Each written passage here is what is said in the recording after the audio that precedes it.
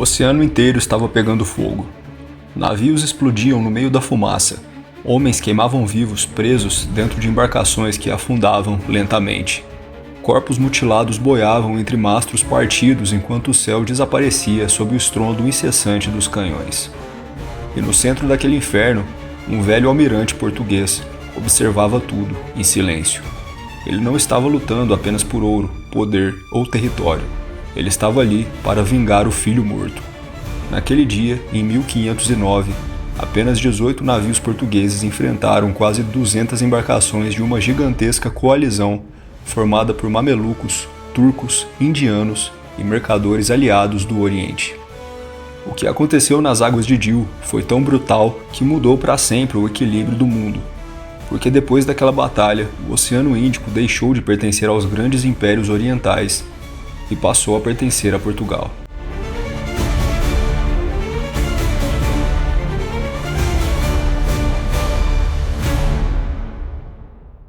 Durante séculos, aquelas águas haviam sido dominadas por árabes, indianos, mamelucos e turcos.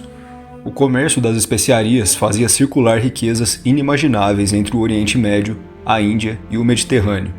Pimenta, canela, cravo e noz moscada valiam fortunas. Cidades inteiras prosperavam graças àquelas rotas. Era um sistema antigo, lucrativo e protegido por impérios que controlavam cada porto importante do Índico. Nenhum europeu tinha espaço ali. Nenhum europeu era desejado ali. Mas então os portugueses chegaram. Vindo de um pequeno reino espremido no extremo da Europa, eles atravessaram oceanos desconhecidos, impulsionados por ambição, fé e fome de riqueza. Quando Vasco da Gama alcançou a Índia em 1498, o mundo começou a mudar. Pela primeira vez, existia uma rota marítima direta ligando a Europa às especiarias orientais. E aquilo ameaçava destruir séculos de monopólio comercial mantido pelos muçulmanos e pelas cidades italianas do Mediterrâneo. A chegada portuguesa foi como uma invasão dentro de um universo que existia havia séculos sem eles.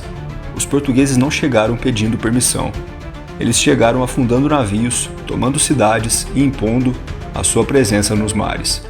Portos começaram a cair, feitorias foram construídas, fortalezas surgiram na costa indiana e rapidamente os poderes do Oriente perceberam que aqueles estrangeiros não desapareceriam sozinhos.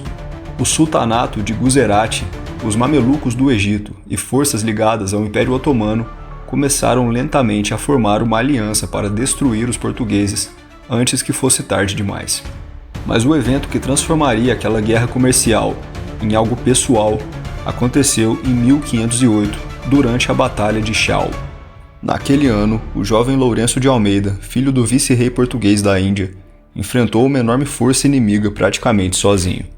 Cercado por navios mamelucos e indianos, Lourenço recusou qualquer possibilidade de fuga. Durante o combate, foi atingido na perna. Mesmo gravemente ferido, amarrou-se ao mastro do próprio navio para continuar comandando seus homens. Ele sabia que morreria, sabia que não havia saída.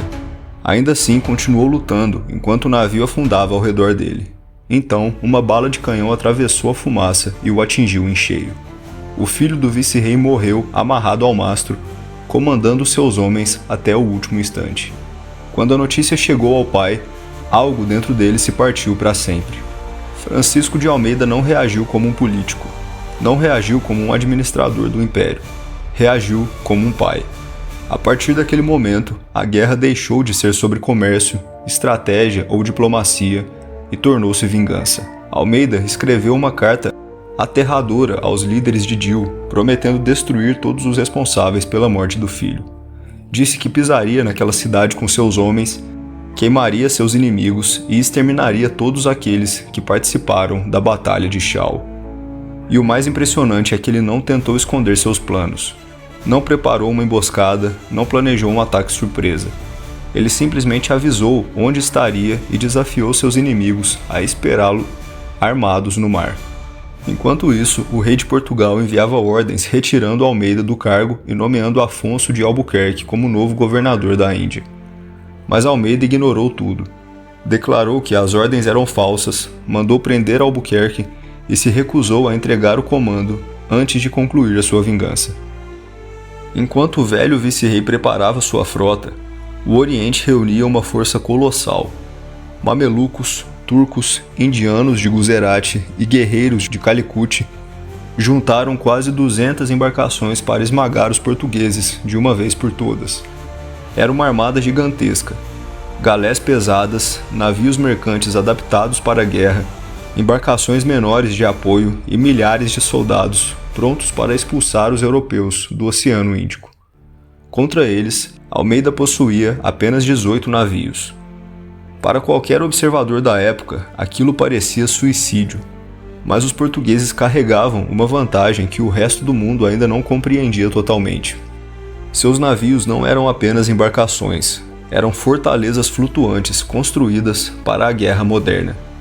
Enquanto as galés orientais ainda dependiam de remadores e combate corpo a corpo, os portugueses utilizavam enormes naus movidas pelo vento e armadas com dezenas de canhões distribuídos nas laterais. Pela primeira vez na história, uma frota era capaz de destruir outra à distância antes mesmo que o inimigo pudesse se aproximar. Na manhã de 3 de fevereiro de 1509, o porto de Dil amanheceu silencioso. De um lado, quase 200 navios aguardavam conflitantes. Do outro, a pequena frota portuguesa avançava lentamente através das águas escuras. Então, o primeiro disparo ecoou pelo oceano, e o inferno começou. Os canhões portugueses atingiam os cascos inimigos abaixo da linha d'água, fazendo embarcações inteiras afundarem em questão de minutos. Mastros explodiam, remadores eram despedaçados por estilhaços, galés pegavam fogo, uma ao lado das outras, enquanto os portugueses continuavam disparando sem parar. Os inimigos tentavam cercar os navios europeus usando superioridade numérica, mas não conseguiam se aproximar. Toda vez que avançavam, eram recebidos por novas rajadas da artilharia. O céu desapareceu sob fumaça negra. O mar tornou-se vermelho, madeira destruída, corpos mutilados e pedaços de navio começaram a cobrir as águas de Dil. O que estava acontecendo ali não era apenas uma batalha, era o nascimento de uma nova era da guerra. Durante horas, os portugueses bombardearam a coalizão até destruir completamente a resistência inimiga. Quando a fumaça baixou, o impossível havia acontecido. A gigantesca armada oriental tinha sido aniquilada por apenas 18 navios. O Oceano Índico estava aberto. O monopólio oriental das especiarias morria. Portugal agora dominava os mares mais ricos do planeta. Mas para Francisco de Almeida, aquilo ainda não era suficiente. Consumido pelo luto e pela raiva, ele ordenou punições brutais contra os sobreviventes. Alguns foram queimados vivos, outros foram enforcados. Cronistas afirmam que certos prisioneiros chegaram a ser amarrados à boca dos canhões portugueses e explodidos em pedaços. Partes de corpos foram espalhadas diante das muralhas de Dil. Em seguida, a cidade foi bombardeada e incendiada. E enquanto observava as chamas consumindo o horizonte, Almeida teria pronunciado uma frase que atravessaria os séculos. No dia em que morreste, não pude acender nenhuma vela para ti. Então hoje acendo uma cidade inteira, meu filho. A vitória em Dil não foi apenas uma batalha vencida, foi um terremoto histórico. O comércio mundial começou lentamente a migrar do Mediterrâneo para o Atlântico. O domínio mameluco entrou em colapso. Portugal se transformou na maior potência marítima do século XVI. E o mundo descobriu algo. O futuro pertencia aos navios armados com pólvora. Naquele dia, diante de um mar tomado por inimigos, um pequeno reino europeu mudou para sempre o destino da história mundial ao vencer dezenas de navios de uma coalizão militar gigante.